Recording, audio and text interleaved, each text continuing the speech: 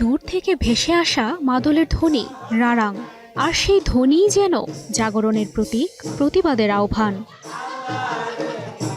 আরণ্যক নাট্যদলের প্রযোজনায় এবং মামুনুর রশিদের রচনা ও নির্দেশনায় নির্মিত রারাং বাংলাদেশের মঞ্চনাটকে একটি গুরুত্বপূর্ণ মাইলফলক।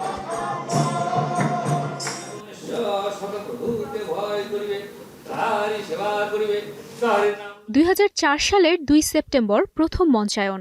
2 দশকের বেশি পেরিয়ে গেলেও রারাংয়ের আবেদন কমেনি এতটুকুও। 2 শতাধিক প্রদর্শনী পার করা এই নাটকটি 1 মে আন্তর্জাতিক শ্রমিক দিবস উপলক্ষে আবারও দর্শকদের মুগ্ধ করেছে বাংলাদেশ শিল্পকলা একাডেমির মঞ্চে। যারা শ্রমিক আছে, বঞ্চিত আছে, তাদের কথা চিন্তা করে আমরা এসেছি।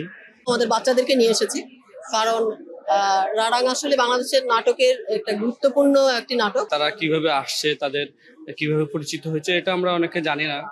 এই নাটকের মাধ্যমে আমরা আজকে জানতে পারলাম। আজকের দিনে রারাং দেখতে আসার একটা অন্যতম কারণ হচ্ছে যে শ্রমিকদের যে লড়াই, সেই লড়াইয়ের প্রতি সংহতি জ্ঞাপন করা। আজকের এই 20 শতাব্দীতে আমরা এখনো বঞ্চনার শিকার। আদিবাসী জনগোষ্ঠী যারা আছে, তাদের যে জীবনটা, এটাকে আমরা যারা সমতলে থাকি, তাদের কাছে যারা পরিষ্কার হয় জীবনটা, তাহলে এটা একটা আগ্রহের দিক ওই জীবনটাকে বোঝার ক্ষেত্রে।